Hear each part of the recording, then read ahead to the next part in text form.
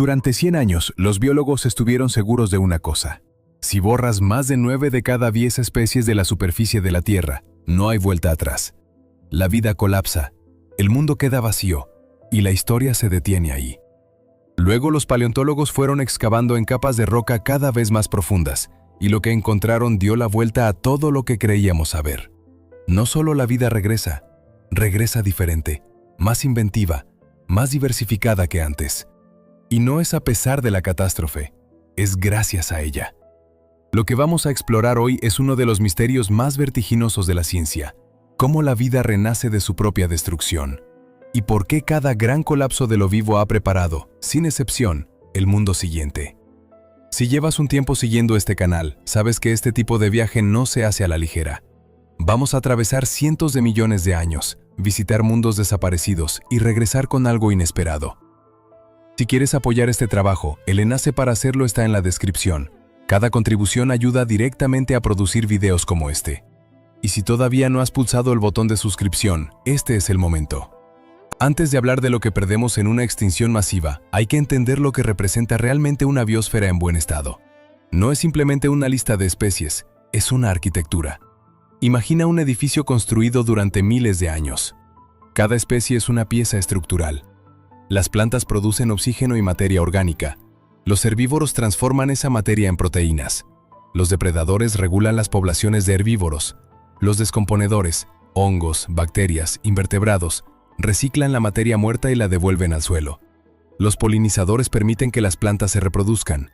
Cada actor cumple una función precisa, a menudo múltiple, siempre irreemplazable a corto plazo. Lo que llamamos un nicho ecológico es el papel que una especie desempeña en ese edificio. No dónde vive, sino cómo vive, qué come, qué produce, de qué depende. Un bosque tropical puede albergar miles de nichos diferentes, superpuestos, entrelazados, algunos de los cuales conciernen a un solo insecto, a un solo hongo, a un solo parásito. Y ese parásito, por insignificante que parezca, puede ser el único controlador natural de un herbívoro que, sin él, destruiría la vegetación en pocas estaciones. Cuando una extinción masiva golpea, no es solo el número de especies lo que colapsa, es la estructura entera la que se desintegra. Nichos enteros quedan vacíos. Las cadenas alimentarias se rompen a mitad de camino. Redes de interacciones que la selección natural tardó cientos de millones de años en construir desaparecen en unos pocos milenios, o en unos pocos siglos, según la brutalidad del evento. Lo que queda tras una gran extinción no es un mundo empobrecido, es un mundo roto. Y sin embargo, en las rocas de todo el mundo, los geólogos leen algo llamativo. Tras cada derrumbe, la vida reconstruye. No la misma, no con los mismos actores, pero reconstruye. La pregunta es, ¿cómo? ¿Quién reconstruye? ¿Y por qué funciona cada vez a pesar de todo? Para responderlo, hay que entender primero la escala de lo que estamos hablando, porque las extinciones masivas no son todas equivalentes. Algunas estuvieron a punto de borrarlo todo. En la historia de la vida compleja en la Tierra, los geólogos han identificado 5 eventos de una brutalidad sin comparación con todo lo que ocurre fuera de ellos. 5 momentos en que las curvas de diversidad cayeron en vertical. 5 catástrofes que redibujaron las reglas de lo vivo. Las llamamos las 5 grandes extinciones, y cada una tiene su propia firma, su propia causa, su propio ritmo de destrucción. La primera golpea hace aproximadamente 445 millones de años, al final del Ordovícico. En esa época, toda vida compleja es marina. Nada camina todavía sobre unas tierras que permanecen, en su mayor parte, desnudas y hostiles. Luego el supercontinente Gondwana deriva hacia el Polo Sur. Comienza la glaciación. Los mares poco profundos, hábitat de casi la totalidad de las especies conocidas, se vacían a medida que el agua queda inmovilizada en los hielos. Cuando llega el deshielo, las aguas calentadas pierden su oxígeno. 2 oleadas sucesivas eliminan cerca del 85% de las especies marinas. Luego, tan rápido como había caído, el telón vuelve a levantarse. La vida resucita. La segunda catástrofe llega en el Devónico tardío, hace aproximadamente 375 millones de años. Esa es más larga, más insidiosa, se extiende a lo largo de varios millones de años de asfixias sucesivas. Los océanos pierden su oxígeno de arriba a abajo. Los arrecifes de coral, esas ciudades submarinas que albergaban una biodiversidad comparable a la de los bosques tropicales, colapsan y no se reconstruirán hasta decenas de millones de años después. Curiosa ironía, Es en parte la aparición de los primeros bosques terrestres lo que desencadena el desastre. Las raíces de los árboles rompen las rocas, liberan nutrientes en masa en los ríos, provocan proliferaciones de algas en las aguas costeras, y esas algas consumen todo el oxígeno disponible al morir. Una reacción en cadena que nadie previó. Luego llega la tercera. Hace 201 millones de años, en la frontera entre el Triásico y el Jurásico, el supercontinente Pangea comienza a desgarrarse. Volcanes colosales entran en erupción a lo largo de las fallas nacientes, allí donde un día se abrirán las costas del Atlántico Norte. Alrededor del 76% de las especies desaparecen. Y en los escombros de esa catástrofe, un grupo hasta entonces marginal gana terreno de repente. Los dinosaurios, que existían desde hacía unas decenas de millones de años sin haber dominado nunca, heredan el mundo. La cuarta es la más grande de todas. Volveremos a ella ampliamente. Marca el final del Pérmico, hace 252 millones de años. Y la quinta, la más célebre, aunque ni de lejos la más mortífera, golpea hace 66 millones de años. Una roca de unos 10 kilómetros de ancho impacta contra la península de Yucatán a una velocidad que supera toda imaginación humana. El cielo se inflama, luego se oscurece durante meses. 3/4 partes de las especies se extinguen. Los dinosaurios no avianos desaparecen en unos pocos milenios. Y en las madrigueras, en las grietas, en los escombros, algo sobrevive. Volveremos sobre ese momento preciso. Pero primero, hay que mirar de frente la catástrofe que supera a todas las demás. Hace 252 millones de años, la vida en la Tierra estuvo a punto de detenerse definitivamente. No el 75% de las especies, no el 80%. Hablamos de la desaparición de más del 90% de las especies marinas, del 70% de las especies terrestres, de la casi totalidad de los arrecifes, de los bosques, de las praderas marinas, de ecosistemas construidos durante cientos de millones de años de selección natural, borrados en unos pocos cientos de miles de años, un parpadeo a escala geológica. Los paleontólogos tienen un nombre para ese evento: la Gran Muerte, y es el nombre más preciso que existe. Para entender lo que ocurrió, hay que viajar a Siberia, al corazón de lo que era entonces una región de Pangea todavía unida. Allí, algo comienza a moverse en las profundidades de la Tierra. Bolsas de magma de un tamaño difícil de concebir ascienden desde el manto y perforan la corteza terrestre. No son volcanes en el sentido habitual del término. No son conos aislados que escupen lava de forma intermitente. Son efusiones basálticas, inundaciones de roca fundida que cubren progresivamente una superficie igual a la de Europa entera. Se llaman las trampas de Siberia y permanecerán activas durante casi 2 millones de años. Lo que esas trampas liberan en la atmósfera es, en primer lugar, dióxido de azufre, aerosoles que enfrían bruscamente el planeta, matando especies adaptadas al calor. Luego, cuando los aerosoles caen, el dióxido de carbono toma el relevo. Y ahí la historia da un vuelco. Porque las coladas de lava no atraviesan simplemente roca desnuda. Atraviesan depósitos de carbón, de petróleo, de calizas marinas acumuladas durante millones de años. Al calentar esos depósitos, liberan cantidades masivas de gases adicionales: metano, sulfuro de hidrógeno, mercurio volátil. Los científicos del MI te pudieron fechar con precisión el momento en que comienzan las erupciones y el momento en que se aceleran las extinciones. Ambos coinciden exactamente. Los océanos son los primeros en morir verdaderamente. Cuando la atmósfera se carga de dióxido de carbono, las aguas superficiales lo absorben y se acidifican. Los organismos con concha calcárea, moluscos, corales, equinodermos, braquiópodos, ya no pueden construir sus esqueletos. Sus conchas se disuelven literalmente en un agua demasiado ácida. Al mismo tiempo, los océanos calentados pierden su capacidad de disolver oxígeno. Las corrientes profundas se interrumpen. Las aguas del fondo se vuelven anóxicas, privadas de oxígeno, y luego euxínicas, cargadas de sulfuro de hidrógeno, un gas tóxico producido por bacterias anaerobias que proliferan donde falta el oxígeno. Esas aguas mortales ascienden hacia las zonas costeras, allí donde la biodiversidad marina es más densa. En tierra, los bosques desaparecen. Las lluvias ácidas queman la vegetación. Los suelos, expuestos y erosionados, se deslizan hacia los ríos. Los herbívoros mueren por falta de alimento. Los depredadores mueren tras ellos. En los registros fósiles, los geólogos han identificado ese momento con precisión. Una capa de arcilla gris-negra, delgada como una página de libro, marca la frontera entre dos mundos. Por debajo, una roca llena de fósiles, bullente de formas de vida diversificadas. Por encima, casi nada. Este casi nada es fascinante, porque no es un vacío total. En ciertas secciones del Triásico inferior, los científicos descubren algo extraño. Las primeras especies en volver a tomar pie no son las que se esperaría. Los grandes nadadores de esa era, los ictiosaurios nacientes, los amonoideos, reaparecen en las capas marinas mucho antes de que los organismos del fondo del mar se reconstituyan. La recuperación se produce de arriba a abajo, no de abajo arriba. Es lo contrario de lo que predice toda teoría ecológica. Y es precisamente esa rareza la que nos llevará al corazón del misterio del Renacimiento. Pero primero, ¿quién sobrevivió a la Gran Muerte? ¿Y por qué ellos y no los demás? La pregunta es brutal y simple.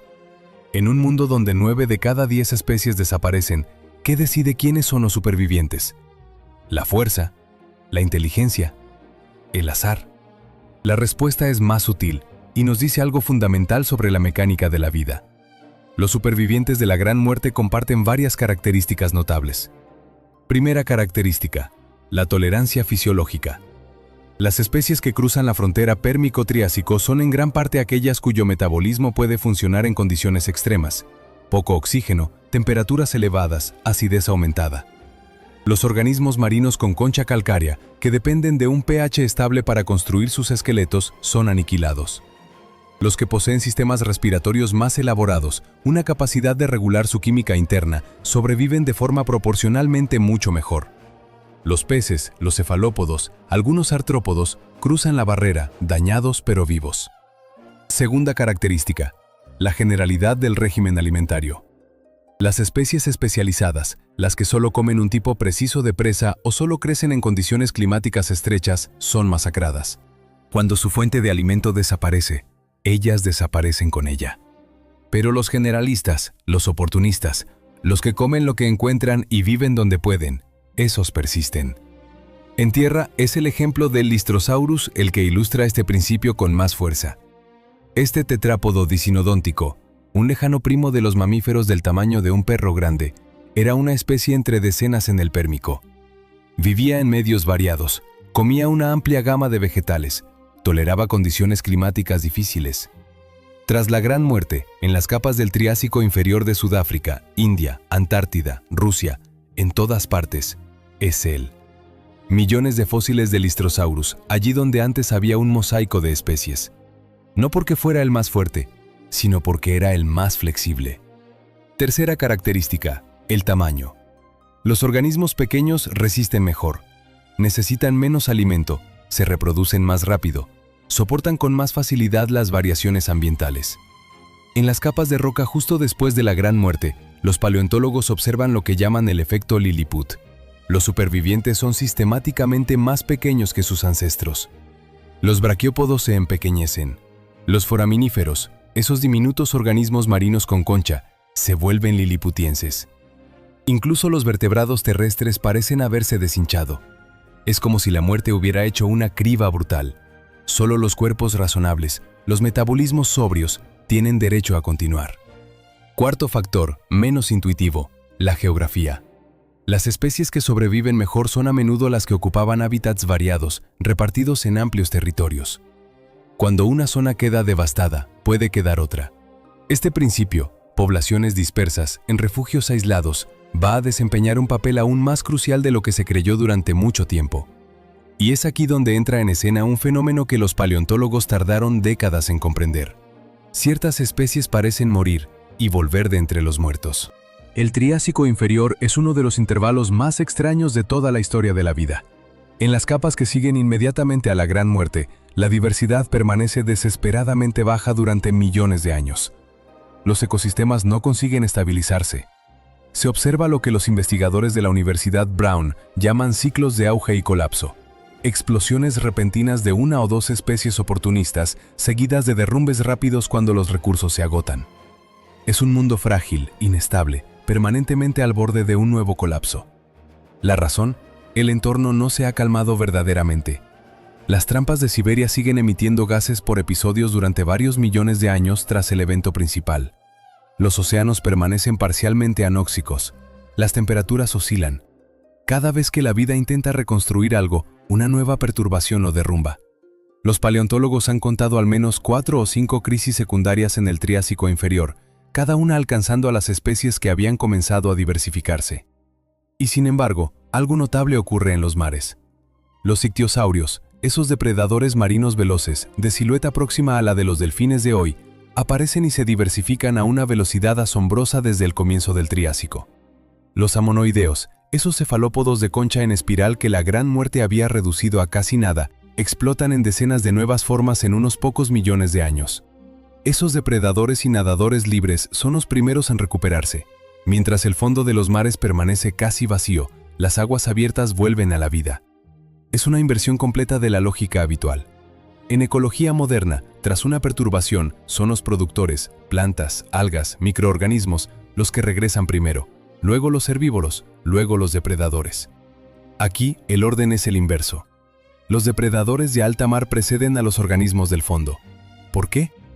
Probablemente porque las aguas abiertas, mejor oxigenadas que el fondo, ofrecen un refugio más viable a corto plazo. La vida se adapta no según el plan teórico, sino según lo que el terreno hace posible. En tierra el panorama es aún más sombrío. Los investigadores que han analizado miles de especímenes fósiles de las cuencas del Karoo en Sudáfrica y de los Urales rusos han concluido que los ecosistemas terrestres tardaron entre 5 y 8 millones de años en estabilizarse verdaderamente. 8 millones de años. Para dar una escala, es más largo que toda la historia del género Homo. Durante todo ese tiempo, la vida en los continentes es asunto de supervivientes generalistas que se cruzan, estallan en número cuando las condiciones lo permiten y se derrumban ante la siguiente perturbación. La red alimentaria es demasiado poco compleja para absorber los golpes. Lo que falta son especies. En número suficiente, con una diversidad de roles lo bastante grande como para que el sistema resista a los imprevistos. Y aquí la reconstitución se produce por dos caminos muy diferentes. El primer camino es la evolución de nuevas formas a partir de lo que queda. Linajes rescatados que se ramifican, exploran nuevos modos de vida, colman los nichos vacíos uno a uno. Este camino lleva tiempo, millones de años, a veces decenas. Pero existe un segundo camino, más misterioso, más turbador. Especies que parecen haber desaparecido regresan, no porque hayan vuelto a evolucionar, sino porque nunca habían desaparecido del todo. Simplemente se habían vuelto invisibles. Estas especies vueltas invisibles han recibido un nombre en la literatura científica. Se les llama taxones Lázaro, del nombre de ese personaje bíblico que Jesús, según el Evangelio de Juan, habría resucitado de entre los muertos. La metáfora es sorprendente y es casi exacta. Un taxón Lázaro es una especie, un género o una familia entera que desaparece del registro fósil durante millones de años y luego reaparece en capas geológicas más recientes, inalterada o casi. En la lógica habitual del paleontólogo, una ausencia prolongada en el registro fósil significa extinción. Pero los taxones Lázaro demuestran que esa lógica tiene sus límites. La ausencia en el registro fósil no es siempre una muerte. A veces es una retirada. El caso más célebre es el del celacanto, este gran pez de aletas carnosas, cuyos ancestros poblaban los mares desde cientos de millones de años, desaparece del registro fósil en la frontera del Cretácico, justo en el momento de la extinción de los dinosaurios, hace 66 millones de años. Los paleontólogos lo clasifican como extinto. Durante décadas, el celacanto es un fósil, una historia cerrada. Luego, en diciembre de 1938, una pescadora sudafricana saca de sus redes algo que no reconoce. Un pez masivo, de escamas extrañas, con miembros carnosos que se asemejan a protopatas. El biólogo J. L. B. Smith, a quien se envían las fotos, se queda sin palabras. Es un celacanto, vivo, intacto. 66 millones de años de muerte y sigue nadando en las profundidades del Océano Índico. ¿Cómo es esto posible? La respuesta se encuentra en el concepto de refugium, un espacio geográfico o ecológico marginal, de difícil acceso, donde las condiciones permanecen tolerables cuando todo lo demás se derrumba. Las profundidades frías del Océano Índico son un refugium perfecto, estables, poco afectadas por los trastornos de la superficie, inaccesibles a las perturbaciones que devastan las aguas costeras. El celacanto no sobrevivió porque fuera fuerte. Sobrevivió porque se había puesto fuera de alcance. Este fenómeno se repite en cada gran extinción. Tras la gran muerte del Pérmico, decenas de grupos marinos parecen desaparecer del registro fósil y luego reemergen en el Triásico medio o tardío, millones de años después, visiblemente inalterados. Los investigadores Paul Wignall y Michael Benton, que formalizaron la definición de los taxones Lázaro, demostraron que su abundancia en los periodos post-extinción no es un artefacto del azar. Es una firma de la propia crisis. Las poblaciones supervivientes son tan pequeñas, tan localizadas, que dejan casi ninguna huella en el registro fósil. Pero existen, agazapadas en sus refugios, esperando que las condiciones vuelvan a ser habitables. Esto tiene una implicación inquietante. Cuando los paleontólogos estiman el número de especies perdidas durante una extinción masiva, comparando los registros antes y después, puede que estén subestimando la resistencia de la vida. Algunas especies que se creen desaparecidas simplemente guardan silencio. Esperan. Y cuando el mundo se rehace, regresan, no como rescatadas milagrosas, sino como actores discretos que nunca habían abandonado realmente el escenario. Este principio, la supervivencia en la invisibilidad, en los márgenes, en las madrigueras, va a cobrar toda su importancia cuando examinemos la siguiente extinción. Porque la extinción del Cretácico, la más célebre de todas, fue precisamente atravesada por supervivientes que se habían vuelto imperceptibles. Hace 66 millones de años, un proyectil rocoso de unos 10 kilómetros de ancho penetra en la atmósfera terrestre a una velocidad que supera cualquier velocidad sónica que conozcamos y golpea la península de Yucatán, allí donde hoy se encuentra México. La colisión libera una energía de una violencia inimaginable. La roca se funde al instante. Una onda de choque recorre el planeta. Tsunamis de varios cientos de metros arrasan las costas en un radio de miles de kilómetros. Fragmentos incandescentes son propulsados fuera de la atmósfera y caen en todas partes sobre el globo, calentando el aire a temperaturas que hacen arder los bosques en continentes enteros. Luego llega el silencio, un silencio negro. Los escombros proyectados en la estratosfera, a los que se suman el hollín de los incendios y el dióxido de azufre de las rocas vaporizadas, forman un velo opaco alrededor de la Tierra. La luz solar deja de pasar. Las plantas dejan de fotosintetizar. Las cadenas alimentarias que dependen de ellas colapsan desde la base. Los herbívoros mueren de hambre. Los grandes depredadores que dependen de los herbívoros mueren tras ellos. Se estima que esa oscuridad duró entre 1 y 2 años, una eternidad ecológica. Los modelos climáticos recientes sugieren que las temperaturas medias cayeron varios grados en cuestión de meses. Lo que impresiona de esta extinción es la rapidez. La gran muerte pérmica se extendió durante cientos de miles de años. La extinción del Cretácico fue casi instantánea a escala geológica, unos pocos milenios para la mayor parte de las pérdidas. 3/4 partes de las especies desaparecen. Los dinosaurios no avianos, los tiranosaurios, los triceratops, los brachiosaurios, los velociraptores, se extinguen todos. Los pterosaurios, los plesiosaures, los mosasaurios. Los amonites, tras haber sobrevivido a la gran muerte y a todas las extinciones anteriores, se extinguen por fin. El iridio, un metal rarísimo en la corteza terrestre pero abundante en los asteroides, se deposita en una capa fina y planetaria en los sedimentos de todo el mundo, marcando el momento exacto del impacto. Es esa capa la que el geólogo Walter Álvarez encontró en los años 80, desencadenando una de las revoluciones científicas más espectaculares del siglo XX. Pero en ese aniquilamiento, algo sobrevive. Y la lista de los supervivientes revela una lógica clara. Los pequeños mamíferos cruzan la barrera. Esas criaturas nocturnas, generalistas, omnívoras, capaces de guarecerse en galerías subterráneas, están protegidas de la oscuridad, del frío de la superficie, de los incendios. Su metabolismo rápido les permite reproducirse velozmente. Su régimen alimentario flexible, insectos, semillas, carroñas, las hace relativamente independientes de las cadenas alimentarias que colapsan por encima de ellas. Los anfibios y las tortugas, capaces de ralentizar su metabolismo y vivir de casi nada durante largos periodos, sobreviven también. Los crocodilianos, semiacuáticos, oportunistas, tolerantes, cruzan la frontera. Las aves, descendientes de los terópodos, sobreviven. Pueden anidar en madrigueras, alimentarse de semillas dormidas. En el mar, el fitoplancton, la base de la cadena alimentaria oceánica, queda diezmado. Pero ciertos grupos de zooplancton resisten mejor. Los tiburones, cuya biología profunda se ha mantenido notablemente estable desde hace cientos de millones de años, pasan. Los peces óseos de aletas radiadas, los teleósteos, atraviesan la crisis y van a dominar los mares del Cenozoico.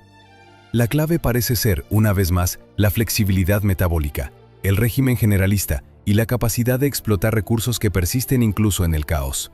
Lo que la extinción del Cretácico se lleva es, principalmente, los grandes, los especializados, los de reproducción lenta. Lo que deja es la materia prima de un mundo enteramente nuevo. En las capas de roca que siguen inmediatamente a la frontera Cretácico-Paleógeno, el registro fósil cambia de carácter de forma espectacular. Durante los primeros miles de años, se encuentran las mismas firmas de caos que tras la Gran Muerte. Especies oportunistas que explotan en número, luego se derrumban. Ecosistemas inestables, cadenas alimentarias de 2 o 3 eslabones. Un mundo vacío que busca su forma. Luego, en una escala de unos pocos millones de años, lo que a escala humana parece una eternidad, pero que en tiempo geológico corresponde a un rebote excepcionalmente rápido, algo extraordinario ocurre. Los mamíferos, que nunca habían superado el tamaño de un tejón durante más de 150 millones de años de coexistencia con los dinosaurios, comienzan a desbocarse. Primero, crecen. El registro fósil muestra un aumento del tamaño corporal máximo de los mamíferos terrestres por un factor superior a 1000 en menos de 25 millones de años. Grupos enteros aparecen, desaparecen, se ramifican. Herbívoros gigantes colonizan las praderas. Carnívoros de mandíbulas poderosas se instalan en la cima de las cadenas alimentarias.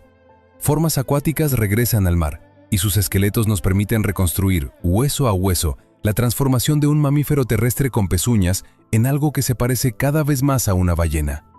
Lo que hace tan rápida esta radiación es que los nichos ecológicos están vacíos. Cada nicho que antaño ocupaba un dinosaurio, el gran herbívoro ramoneador, el depredador al acecho, el planeador sobre los bosques, está libre. Y la selección natural recompensa inmediatamente toda variación que permita ocupar uno de ellos. Un mamífero que desarrolla dientes adaptados a hojas duras puede alimentarse donde nadie come. Otro que alarga sus extremidades se vuelve más rápido que todos sus competidores. Un tercero que desarrolla membranas entre sus dedos puede explotar el espacio aéreo que los pterosaurios habían dejado libre. Los murciélagos, los únicos mamíferos capaces de vuelo activo, aparecen en el registro fósil apenas unos pocos millones de años después de la extinción. Los cetáceos modernos son reconocibles desde mediados del Eoceno. Los primates, que existían bajo formas arcaicas desde el Cretácico, explotan en diversidad en los bosques tropicales del Paleógeno. Y hay un motor poco conocido de esta revolución: las plantas con flores. Las angiospermas existían desde el Cretácico, pero les costaba imponerse frente a la vegetación establecida dominada por las coníferas y los helechos. La extinción las libera de sus competidoras. Los bosques del Paleógeno se cubren de flores. Aparecen frutos, estructuras nutritivas concebidas para ser consumidas por animales que dispersarán las semillas a cambio. Ese pacto evolutivo entre las plantas con flores y los mamíferos frugívoros, del que nosotros, los primates, somos un producto directo, se instala en unos pocos millones de años. Las plantas alimentan a los mamíferos transportan las semillas, el bosque se extiende. La diversidad se dispara en ambas direcciones a la vez. Es ese acoplamiento entre la disponibilidad de recursos y la liberación de nichos lo que explica por qué la radiación de los mamíferos fue tan rápida, tan prolífica. No un motor, sino dos, que se refuerzan mutuamente. Al mirar lo que sabemos de estas 5 grandes extinciones y sus consecuencias, una lógica empieza a dibujarse. Los supervivientes no son campeones, son generalistas, oportunistas, seres discretos que no necesitaban nada preciso para vivir. El primer criterio de supervivencia es el tamaño. Ser pequeño es una ventaja masiva en tiempos de crisis. Un cuerpo pequeño consume poco, se reproduce rápidamente, se esconde con facilidad. En la extinción del Cretácico, ningún animal terrestre de más de 25 kilogramos sobrevivió en América del Norte. La línea divisoria es casi nítida. Por debajo, supervivientes. Por encima, fósiles. El segundo criterio es el régimen alimentario. Los carnívoros especializados, los que solo cazan una presa precisa, mueren cuando su presa desaparece. Los herbívoros que solo pastan una sola planta, mueren cuando esa planta se extingue. Solo los omnívoros, los detritívoros, las especies capaces de pasar de una fuente de alimento a otra según lo que el entorno ofrece, atraviesan las crisis. Por eso los pequeños mamíferos capaces de comer insectos, semillas, carroñas y hongos según las circunstancias, son supervivientes extraordinarios. El tercer criterio es la velocidad de reproducción. Una especie que produce una camada al año con 2 crías es vulnerable a cualquier perturbación que mate más rápido de lo que se reconstituye. Una especie que puede producir varias camadas al año con numerosas crías resiste mortalidades masivas por simple aritmética. Es una de las razones por las que los roedores, que se reproducen a una velocidad notable, han atravesado todas las extinciones de los últimos 50 millones de años sin conocer jamás la menor crisis mayor. El cuarto criterio es la capacidad de usar refugios. Las madrigueras, las cavernas, el fondo de los lagos, las profundidades oceánicas, las islas aisladas, todos esos espacios forman amortiguadores entre las especies y las perturbaciones de la superficie. El efecto Lilliput que mencionamos para la gran muerte pérmica reaparece tras la extinción del Cretácico. Los supervivientes inmediatos son sistemáticamente más pequeños que sus ancestros cercanos. La selección en tiempos de crisis favorece la miniaturización, no como estrategia consciente, sino como consecuencia directa del hecho de que los cuerpos pequeños encuentran refugios donde los grandes no pueden cobijarse. Lo que sorprende es la constancia de esas reglas a través de las 5 extinciones. Ya sea que la causa sea un asteroide, un volcanismo masivo, una glaciación o una anoxia marina, los mismos perfiles de supervivientes emergen. La vida parece haber aprendido, por la selección natural repetida a lo largo de cientos de millones de años, a mantener en reserva formas sobrias, flexibles, discretas, seguros biológicos contra la catástrofe. Pero sobrevivir es solo la mitad de la historia. La otra mitad, la más fascinante, es lo que ocurre después. Porque no es simplemente la vida la que regresa, es una vida nueva, moldeada por la vacancia misma. Para entender cómo la vida se reconstruye tras una extinción, hay que pensar en términos de espacio. No el espacio físico, sino el espacio ecológico. Un nicho vacío es una invitación que la selección natural nunca deja sin respuesta. Lo que los biólogos llaman radiación adaptativa, esa explosión de nuevas formas a partir de uno o pocos ancestros comunes, se desencadena precisamente en ese momento, cuando los competidores establecidos han desaparecido y el campo queda libre. Los investigadores que han estudiado el registro fósil tras la gran muerte pérmica han identificado 2 modos distintos de esa reconstrucción. El primer modo es lo que llaman el refilling, el rellenado. Grupos supervivientes retoman su antigua forma y reocupan los mismos nichos que antes de la extinción. Los amonoideos, reducidos a casi nada, vuelven a diversificar sus conchas en decenas de morfologías diferentes que se parecen mucho a las de antes. Los braquiópodos hacen lo mismo. No crean realmente algo nuevo. Colman los espacios vacíos con variaciones sobre temas conocidos. Este modo es rápido pero conservador. El segundo modo es radicalmente diferente. Se le llama la expansión. Aquí, grupos que nunca habían ocupado ciertos nichos se lanzan hacia ellos, no copiando lo que existía antes, sino inventando nuevas maneras de habitar el mundo. Los ostrácodos, diminutos crustáceos con caparazón que habían permanecido confinados a roles modestos durante todo el Paleozoico, explotan en diversidad tras la gran muerte pérmica y colonizan espacios ecológicos enteramente nuevos. Su morfología se dispara, su presencia en los ecosistemas marinos se extiende a nichos nunca ocupados. Este modo es más lento al arrancar, pero crea novedad. Tras la extinción del Cretácico, son los peces teleósteos de aletas radiadas los que ilustran mejor esa expansión. Existían desde el Triásico, sin dominar nunca los mares. Es en el Paleógeno, con la desaparición de sus principales competidores, cuando su diversificación se dispara de forma espectacular. Invaden los arrecifes de coral en reconstrucción, desarrollan formas y estrategias alimentarias inéditas. Hoy representan más de la mitad de todas las especies de vertebrados vivos. Un imperio construido sobre las ruinas del impacto del Yucatán. Los tetrápodos, cuadrúpedos terrestres, ofrecen un ejemplo aún más llamativo. Tras la gran muerte pérmica, linajes de tetrápodos regresan al mar. No solo una vez, sino varias veces de forma independiente. Los ictiosaurios, los plesiosaurios, reptiles de ancestros terrestres, desarrollan cuerpos perfectamente adaptados a la natación, extremidades transformadas en aletas, regímenes alimentarios marinos. Luego, tras la extinción del Cretácico, el movimiento se repite. Mamíferos regresan al agua. Los cetáceos, las focas, los manatíes, todos procedentes de linajes terrestres que, por segunda vez, cruzaron esa frontera. Ese retorno repetido hacia el mar no es un azar. Es la misma lógica cada vez. Nichos marinos vacíos, liberados por la extinción de los ocupantes anteriores, atraen a las formas terrestres mejor equipadas para explotarlos. La extinción crea el vacío crea la oportunidad. y la oportunidad moldea, mediante la selección natural, formas enteramente nuevas. Lo que todo esto revela es algo perturbador y magnífico a la vez. Sin extinción, sin la destrucción periódica de lo que existe, la vida no podría inventar lo que todavía no existe. La competencia entre especies establecidas bloquea la innovación. Es la desaparición de los dominantes lo que libera a los posibles. Y es precisamente esa paradoja la que merece mirarse de frente. Porque si la competencia entre especies establecidas bloquea la innovación, entonces la conclusión que se impone es incómoda. Sin extinción no habría diversidad. No habría mamíferos. No habría primates. No habríamos nosotros. No es una provocación filosófica. Es lo que el registro fósil muestra con una regularidad perturbadora. Piensa en lo que significa, para un linaje vivo, existir en un mundo saturado. Cada recurso es disputado. Cada territorio está ocupado. Cada manera de alimentarse, de reproducirse, de desplazarse, ya ha sido explotada por un ocupante más antiguo, más especializado, más difícil de desalojar. En esas condiciones, la selección natural puede afinar una especie hasta el infinito, pero difícilmente puede llevarla hacia algo radicalmente nuevo. Sencillamente no hay espacio para eso. La novedad reclama vacío.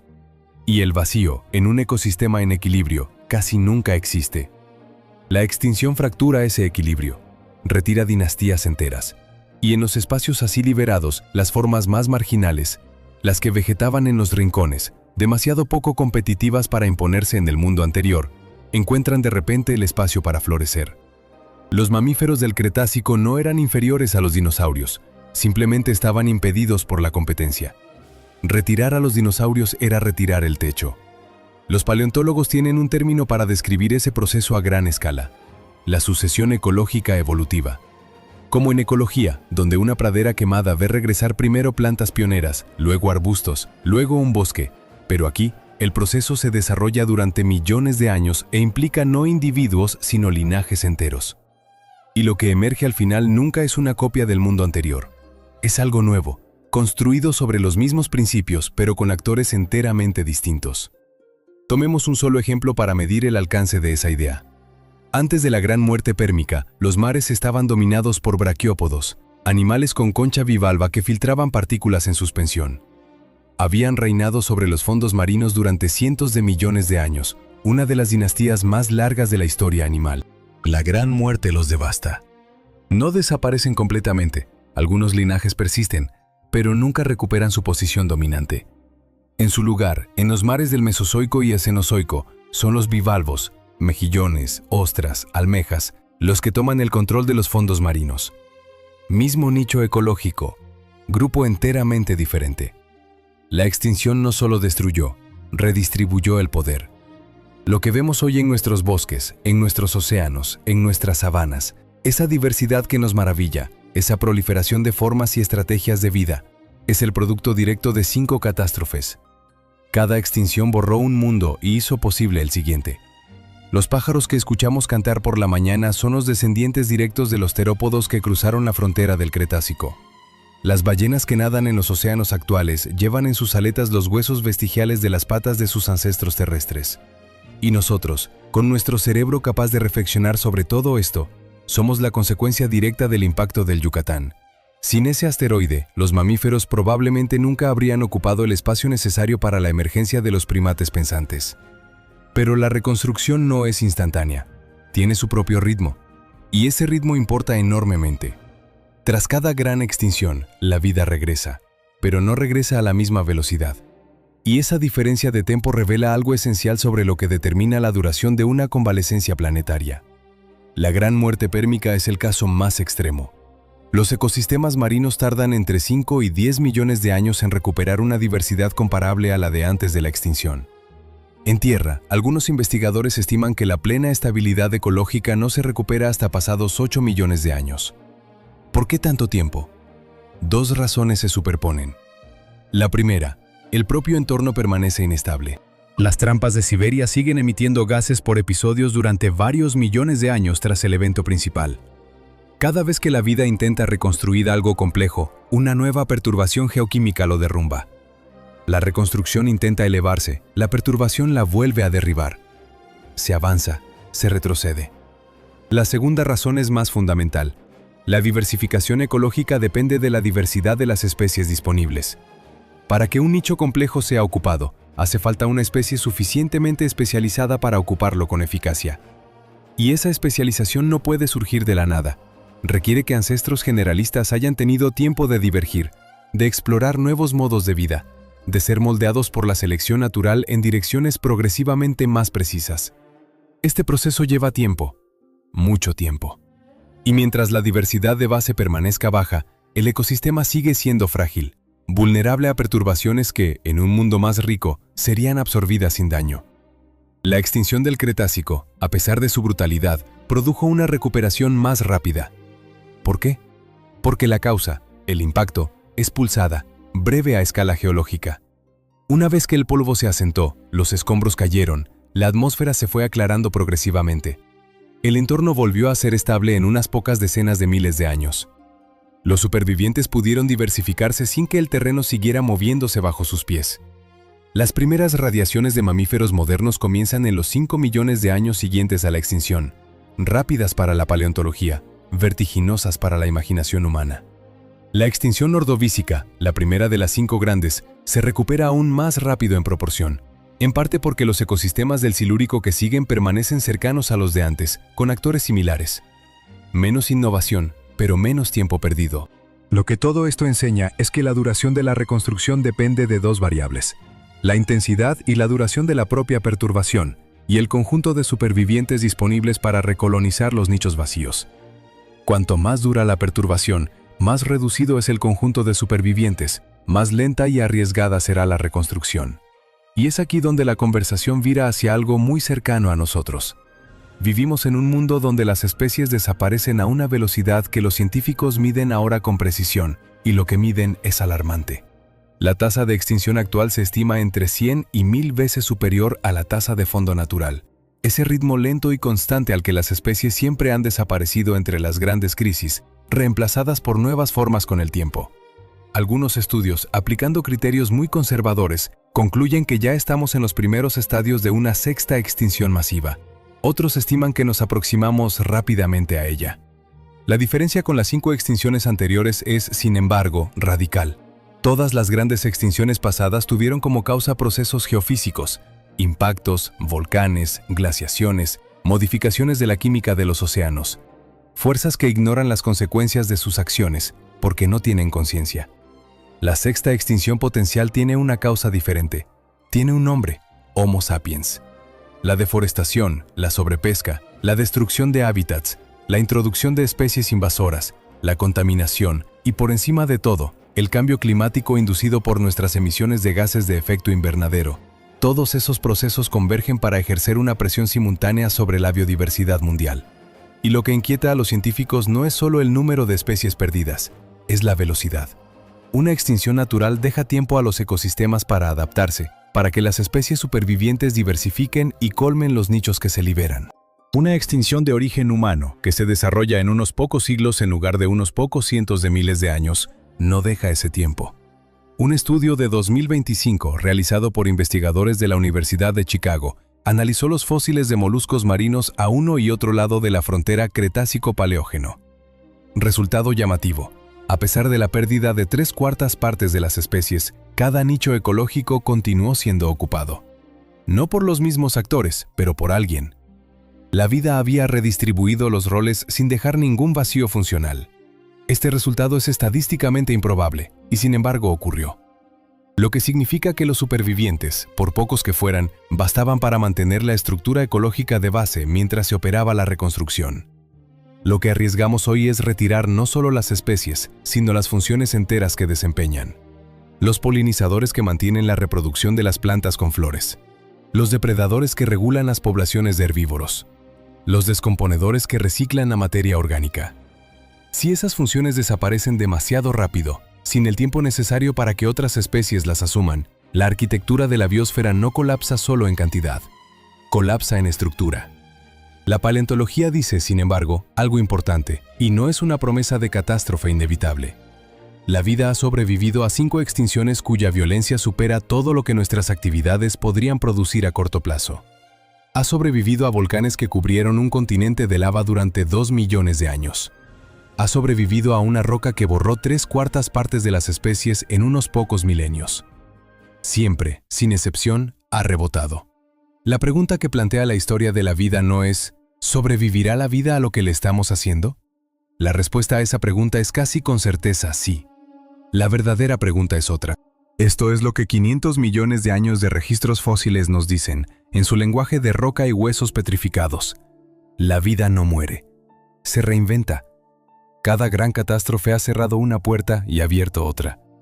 La gran muerte pérmica borró el mundo marino de los braquiópodos y los trilobites, y hizo posible el mundo de los reptiles marinos y luego de los mamíferos. El impacto del Yucatán puso fin a casi 170 millones de años de reinado de los dinosaurios, y liberó el espacio para que criaturas nocturnas agazapadas en sus madrigueras heredaran el planeta entero. La vida no progresa a pesar de las extinciones, progresa a través de ellas. Lo que contemplamos cuando miramos un pájaro cantar, un delfín nadar, un bosque tropical bullir de millones de especies, es el resultado directo de 5 catástrofes. Cada forma de vida que comparte hoy la Tierra con nosotros es una respuesta a una destrucción pasada. Cada adaptación, cada estrategia de supervivencia, cada forma ingeniosa de habitar el mundo, fue forjada en el crisol de un colapso. Pero he aquí la pregunta que la historia de la vida plantea, sin responderla. En la próxima reconstrucción, en las formas que emergerán en 10 o 20 millones de años sobre una Tierra diferente a la nuestra, ¿estaremos nosotros? ¿Somos parte de los supervivientes o de los que el registro fósil del futuro registrará como una línea que se detiene en seco? La paleontología no responde a esa pregunta. La plantea, simplemente, con toda la claridad que otorgan 500 millones de años de repeticiones. Si este video te ha llevado a algún lugar, en el tiempo, en la materia, en ese vértigo que se apodera de uno cuando se da cuenta de que nuestra existencia es el producto de una catástrofe olvidada, deja un like, eso ayuda realmente al canal a existir.